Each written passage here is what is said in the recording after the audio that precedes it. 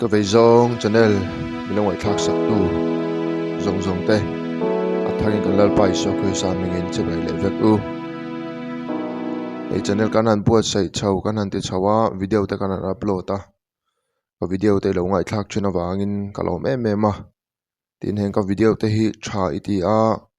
midang te pongai tha tu du ve chuan min lo share thak sak thin la tin comment te min lo pek sak thin la ingai dan te tin englam pange thu seila thang ti te suggestion te mi lo pe thin la tin chu me pe lama anwai kan hype te oma khang de mi lo me sak thin do ni ti kha kan ngen du chawani le tu huna ta na kan thungai thla ka ta na kan than chu World Cup zo chi a Spain ro pui taka champion pui tu me an captain Rogia chungchang atanga pathian thu zirlai kan zir theite ngai thau don ani kan changin nga na tu pathian thu thiang lim ilo ngai thang u Jacob Abungli chang som lalpa mai ngai tlom ro u ti chon ani chon toy sangang chu tin thu fing te bung som ni pani chang li ingai tom na le lalpa chi na awanga lo man chu hausak na rupine le nun na ani tin luka bung som pali chang som pakat tu po ama a enjoy sang apiang chu niam ti niam ani anga ama ngai tlom piang chu choi sang ani ang tin tu fing te bung som pakhat chang so chang nia chuan chapo na local chuan za na abo local ve a ma sai ngai tlom te hna fin naum te ni atu kan siala pan mol som se le Rogia kan sianga tuna Spain champion pui tu hi a background tlem te han soi tai la thuziak tu chen ka chuan Rogia te chung ko hi chung ko om nuam tak Spain Madrid khopuya om ani a khosak nuam tak chung ko ani anti ani juni somni pani sang ka jiko som ko le paru khanim Madrid a Spain a apianga aming tak chu Rodrigo Hernandez Cascante ti ani ti chuan Rogia hi chung ko nuam taka khosa Australian ani a Madrid khopui nai taka Australian ni apa hi engineer ni a anu hi sum dona lama thokani anti ani an chung kwa hianin thil pakhat chau an zirtir thina anti chu in khel thiam hle turin an zirtir thina ni anti ani tin chu me pelma zirna hi thla tham lawa that taka zirna hi chun zom zel turin anti bok thina ti chuan hemi awang hian an chung ko hian zirna ngai poi mo le an fapatana inkhel thiam tak ni tura thei to man chua chu Rogia ta na han ti thin ani kum som ani thlengin Rogia hi a chena bial kulai ramzim te Villanova de la Canada a khel thina ti chuan hemi nu hianin Rio Mada Honda club a alut le a ta hianin tuna a khelna thin tlar hnung veng tura central CDM an ti mai central defensive midfielder an ti defensive midfielder an ti mai hian a khel tran ta a ta chuanin tha tak men a khel chho tran ta a no pan lai chuanin costa chuanin Rogia hi no pang dang anga da mai the ni lowa midang lam takani ti kha an chiani achan chu no pangdang chuan in goal thun an chaka malama tlan an chaka star ni ten chaka tiang khanin celebrate vel ten cha lai khan ani ve thung chuan in goal thun ai ma khanin ball khal loi am da ma chon khelmual chung khan entin nge in khel kha nuam takin a siam theng thunun theng an lam khan enting eng ball an chan tamanga enting e passing moi tak te ain pass thenga tin chumi pelama enting e an team khanim in khel khan thunun theng ti kha in thunun taka asiam theng ti kha thu pui ber thin le azir thin aril ruwa khalliam thin ani ni chu chung te wang chuanin an ko se khan makan ti thei em maya chuanin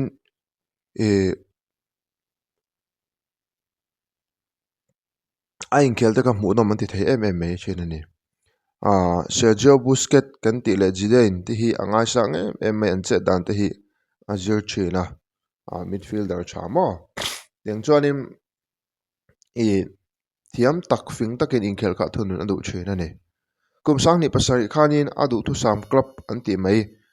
Atletico Madrid a khan youth academy arzom ve a ma chu avan dua em maya avan ring big lova kum sang ni le som pathum khanin ataksa kha chutianga tu nangalaya fitduk apelang hian ni lova te ani thang thailo to an ngai ani chuwang chuan i chair si a i te box si a ti in an lo hnar ani chu mo an du lo ta ti chuanin ahilu tin a hle mai apa hne na chon chap chung in khel cho san adu hial thu te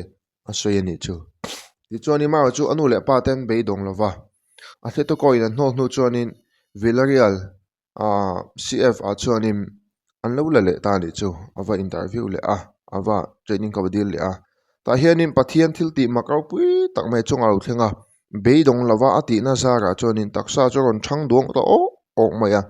fitjuk le inchi khat lai mei inchi thum lai mei khan aron ni chho chan ta ni chu mo aron chok chok chho tan ta ti chuan taksa lama thatna le thiam na nei kop aron ni chho ta pathian ni mala soma atum na te du na te kha ti chuan Villarreal chuan professional contract kha a sign ta ni chu mo ti chuanin Villarreal khan a contract khan sign ta ti chuanin khan contract sign hu po khan chapo takle uam ar takin aom du reng neng lo nun tlom takin hun mang zela University of Business and Administration azizoma zaume ti chuanin a thian ten university ta po chuanin hostel changkang tak ombi lewin student hall an tia khanin lekha zir ve no mai chen ani chu mo ti chuanin motor changkang tak taka kal theia leng the ni ve to lai khanim chutianga po chu motor changkang taka kal lawin second hand Opel Corsa an ti mai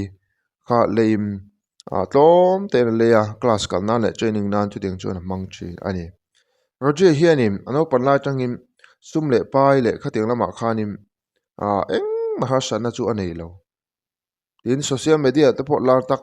na hun aneya mawa chu eng mahatiang social media Facebook Instagram Twitter kan ti hianin a khoi lawa ain ti boi ti ngai lo ni chu mo atum ber chu ropui taka in khel thiam tak defensive midfielder thattak ni mo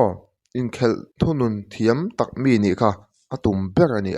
ti chuan thei to pin chu ting chuan in ain je ngat thina khowel thil ho sakna le kar mon tau tak le sum le pai lampang tem le internet in anun ti boi ti kha atum ve mi lawani chu tiang chuanin chu tiang wang te po chu ni mai theya opui takim huna mang chho zel theya ni chu ti chuanin kumsang ni le sopoko khan Pep Guardiola khanin Manchester City khel tu khan som ta ti chuanin khalaya an team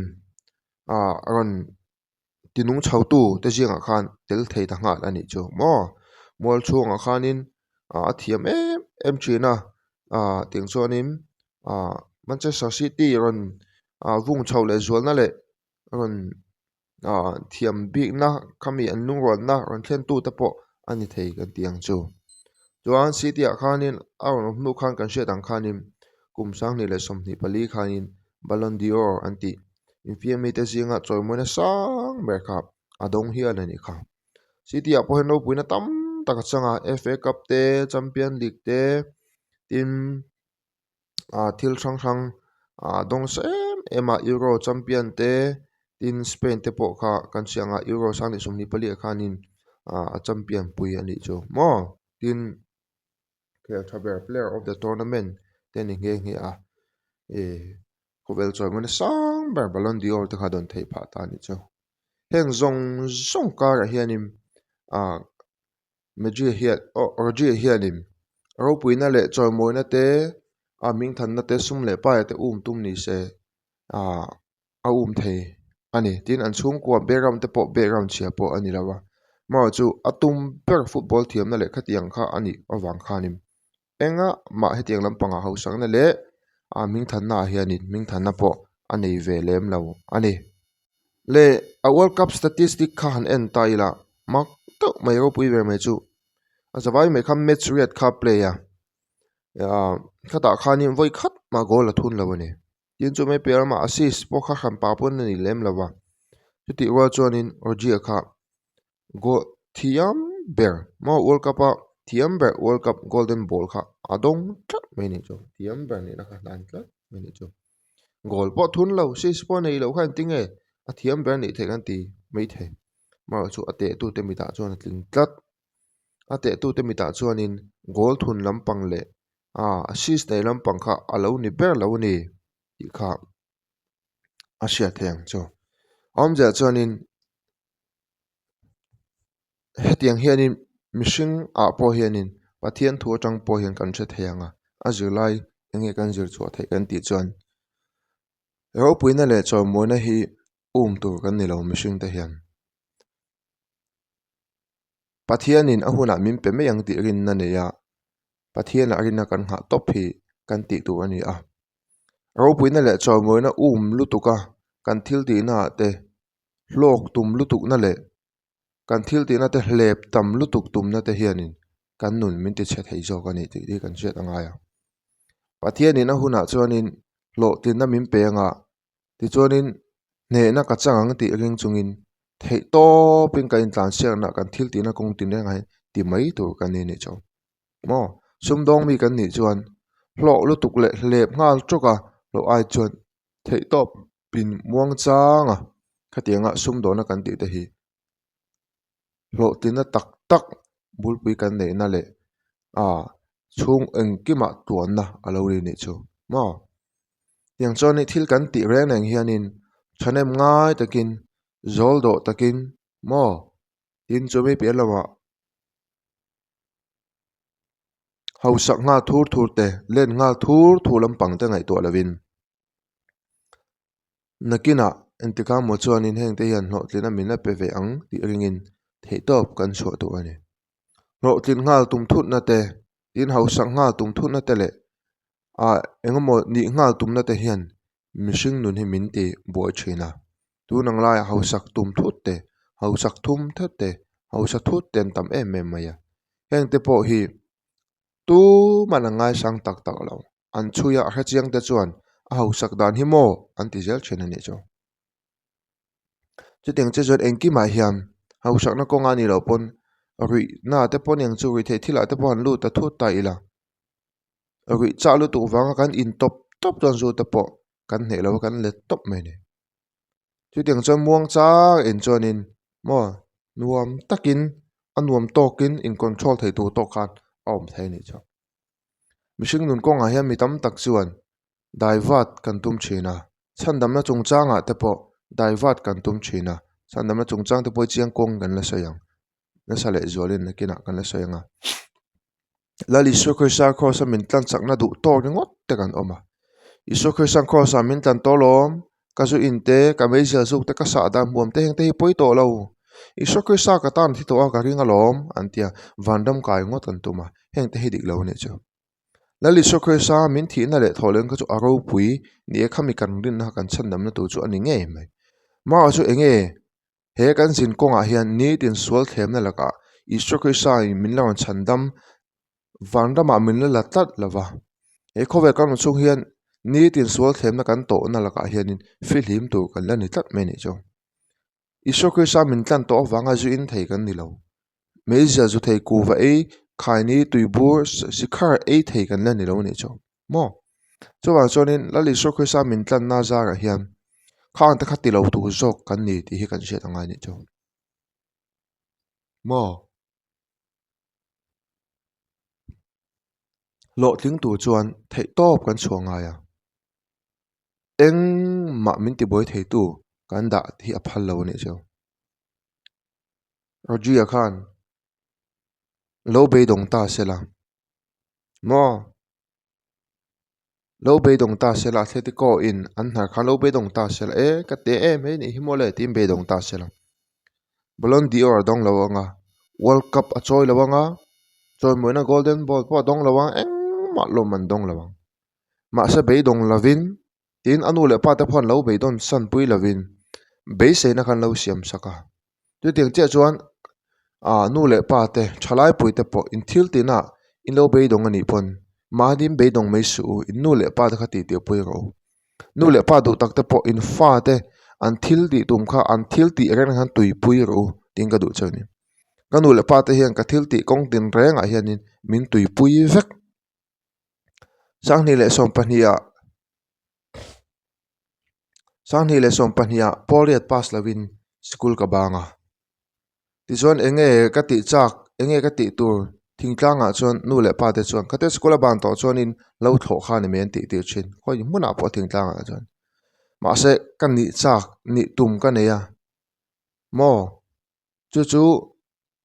ka thil chak kha ka nu le pa te khan min ti tir mai ni motor ka zui du ka ti handyman ni in sang ni som pathum chung khang ka om top mai ti chuan som pathum chung khan engma ka nu le pa te khan chen fa kom ka ni lo thalai taksa thave ot ka ni to ka tha te pon ol veang masala sang ni som pathum kum to pa ka motor zui chu ka ban sana ti chuanin rong ka bol du ka ti le i tha ka sor ve du to lom ti lovin ole min tia an phei angin min support rong bo to in sang ni som pali hang ka chole mai ni ti chuan rong ka bola ti chuan lo man te kan nei ve lo man chete te kan nei ve in chunga te po man ve the ani don kham lekha ka zir du ka ti le ti chuan sang ni som pali ve kum to long chang chonin kum lai hol chang chon lekha ka zir le bible ka zir le lekha ka zir te khan sang ni le som paruk thleng ti chuan sang ni som paruka July thavela ka zir zawa rong bol na kan lu ta lo man chete kan an nei ve in chung khora te kan an mang ve thei do na lo man kan lo nei ve ta ka chuan tangwa kan lo ni chawa ma se missionary ka kaldu ka ti le ne ka pa te bula missionary chon lo man an nei lo chom hlom zok kan ni ti chuanin nian taka chuan missionary ka kal don chon ka pa chuan a phal lo deuh chan to ni ma sela ka dil atong jan ne ka pa te pa chon min phal sak le ni missionary ka kal chu ti chuan kum kha chu missionary ka chu kala missionary ka kalna kung chang hin akina chiang zoking ka ron soi lenga thil tam tak pal tang lalpan tong thiam na te sap tong thiam te min pi apore po pas lo kha ti chuanin thil tam tak ka tonga ti chuan ka ron soi don ani kina mundanga ka ron soi anga tiang chuan missionary ka kal du ka te ka zu kal le ti chuan ka kal nu chuan ka kal lai chuan pol som te exam te kha kan zia ka pol som te ka pass pa ta missionary ka kal pa kham ti chuan missionary ka ron zawa rong bol na ka ron chana ti chuan sani som pare ta missionary ka ron zo le rong bol na vek sani som pare ta chong ka lu le ti chuan rong bol na ka nei chho nu chuan ti chuan lo man te ka nei in chung khura te ti khanin kan lo man nei ang te kha kan han pe ve theya kan nau te zirna te kan han pui theya jong kan om chho zela kum sang ni le som ni pani khan lekha ka zir du bible ka zir du ka ti le ni ta chuan kanu le pa te chuan i upa to min ti lo leng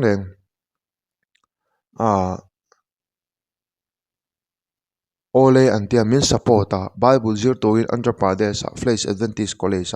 sang ni le som ni pani hang ka kal le ni ti chuan ka zir zawa tu ni ti hang ka ron zir zaw ta Bachelor of Theology chu kal te lo zo ve ta ting chuan kanu le pa ta min support em ka thil tina kong tin renga hian hlok na le khatiang ai ma chuan an fapa in a thaber to ama du than na kha pathian lampang thil tha ni chuan min support zel min support em ni chu nin taka chuan fapa mal nei chhung ka ni in chung kura na te thok puya engkim ti tura min du ve ni nin taka chuan an rilu tak chuan min du ang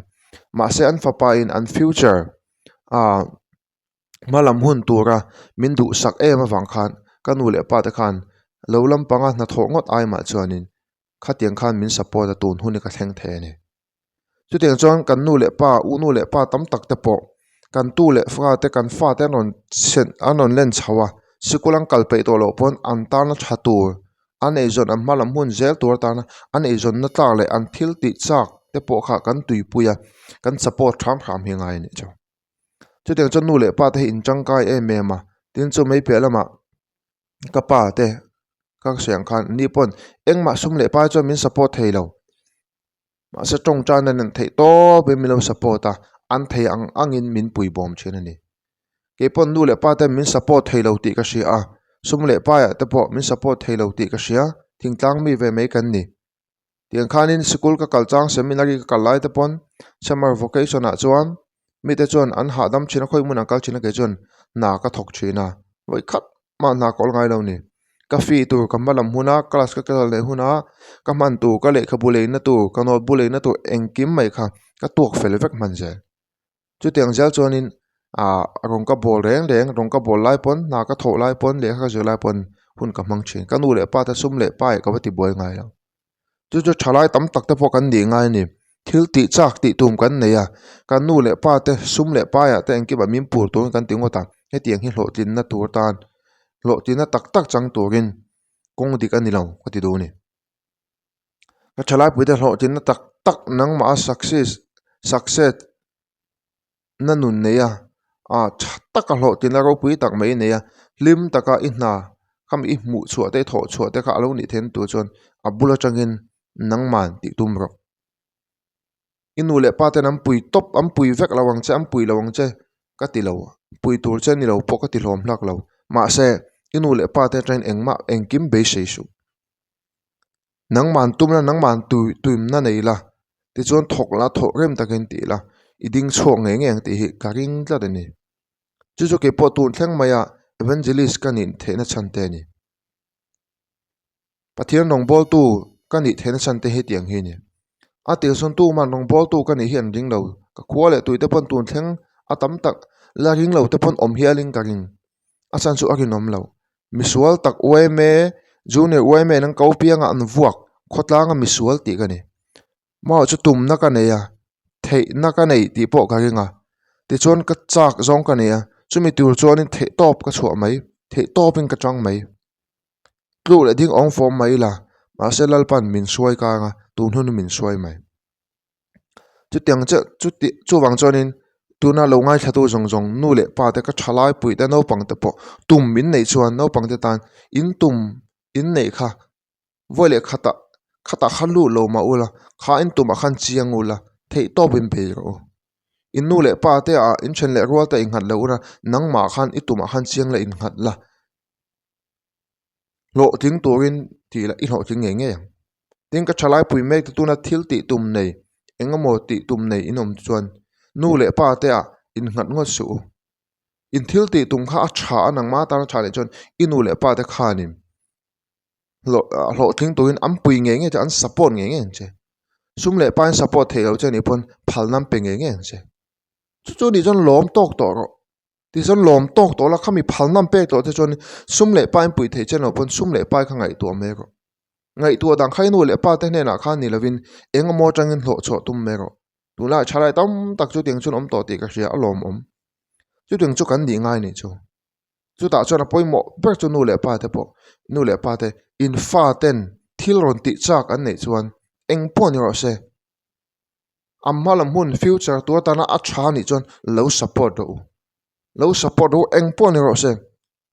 ammalam hun tur ta na an than len zela tur tan a tha ani chuan mo chung ko chom na tur te chung kwa ke mani anga